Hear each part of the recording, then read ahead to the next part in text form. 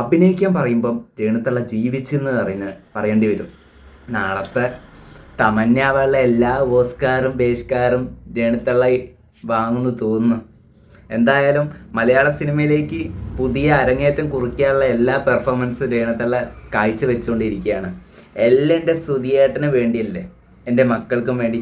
പക്ഷേ സുധിയേട്ടന് വേണ്ടി നിങ്ങൾ ഒരു കാര്യം ചെയ്യുന്നില്ല, നിങ്ങളെ മക്കൾക്ക് വേണ്ടി ഒരു കാര്യം ചെയ്യുന്നില്ല. കാരണം എന്താ പറഞ്ഞാൽ, ഇളയ മകൻ്റെ കാര്യം കിച്ചുട്ടനാണ് ശ്രദ്ധിക്കുന്നത്. നിങ്ങളൊരു ഡ്രസ്സ് പോലും വാങ്ങിക്കൊടുക്കുന്നുണ്ടോയെന്ന് സംശയമാണ്. നിങ്ങളൊരു കാര്യം പോലും മകൻ എത്രയിലാണ് പോലും ചിലപ്പോൾ നിങ്ങൾക്ക് അറിയണ്ടാവില്ല. കാരണം എന്താ, നിങ്ങൾക്ക് ഇങ്ങനത്തെയൊക്കെ ട്രാക്കിലൂടെ സഞ്ചരിക്കാനും ഇല്ലേ സമയമുള്ളൂ. സ്വന്തം മക്കളെ കാര്യം ശ്രദ്ധിക്കാൻ സമയമില്ല. എന്തായാലും അഭിനയിക്കാൻ പറഞ്ഞപ്പം ജീവിച്ച്. നാളത്തെ പഞ്ചായത്ത് തമന്ന നിങ്ങൾ തന്നെ. Love you. വേറെ ഒന്നും പറയാം, ഞാൻ ഇപ്പോൾ ഫാൻ ബോയ് ആയിപ്പോയി സത്യം പറഞ്ഞാൽ.